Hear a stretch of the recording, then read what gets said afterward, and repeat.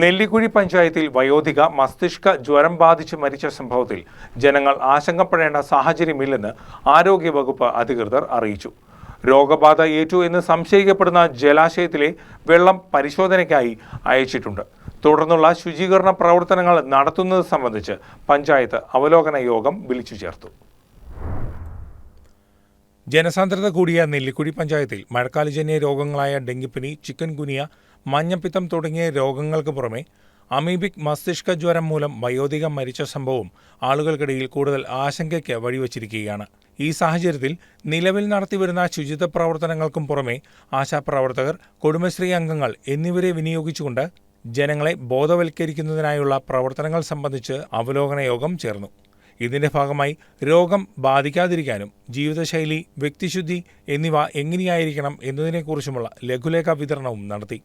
അന്യസംസ്ഥാന തൊഴിലാളികൾ താമസിക്കുന്ന പ്രദേശങ്ങൾ വൃത്തിയാക്കി സൂക്ഷിക്കുന്നതിനും രോഗങ്ങൾ പടരാനുള്ള സാഹചര്യം ഒഴിവാക്കുന്നതിനുമായി നിർബന്ധമായും നടപടിയുണ്ടാകുമെന്നും കമ്മിറ്റിയിൽ തീരുമാനമെടുത്തു.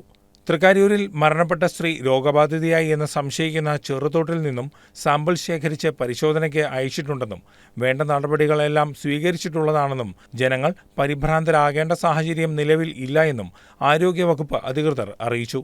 നെല്ലിക്കുഴി പഞ്ചായത്ത് പ്രസിഡന്റ് സനീറാൻ നസീറിന്റെ അധ്യക്ഷതയിൽ കൂടിയ യോഗത്തിൽ panchayat vice president Abu Kottaram, standing committee ചെയർമാൻമാരായ സത്താർ വട്ടക്കുഴി, ഫൗസിയ ഷിയാസ്, സൽജ ജോസ്, മെമ്പർമാരായ Rahul Thankappan, Aji Beramallur, Adeena K Jabbar, Najima Nasar, Sajana Shamsuddin, Shandy Reji, Megha Sanal, Anshad Manjankal, Ajeena, Sadiya, K G Shaji എന്നിവരും പങ്കെടുത്തു.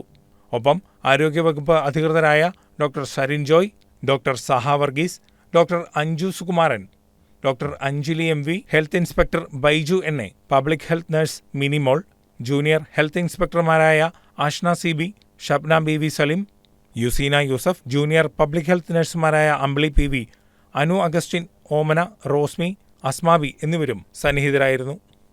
News desk KCB news.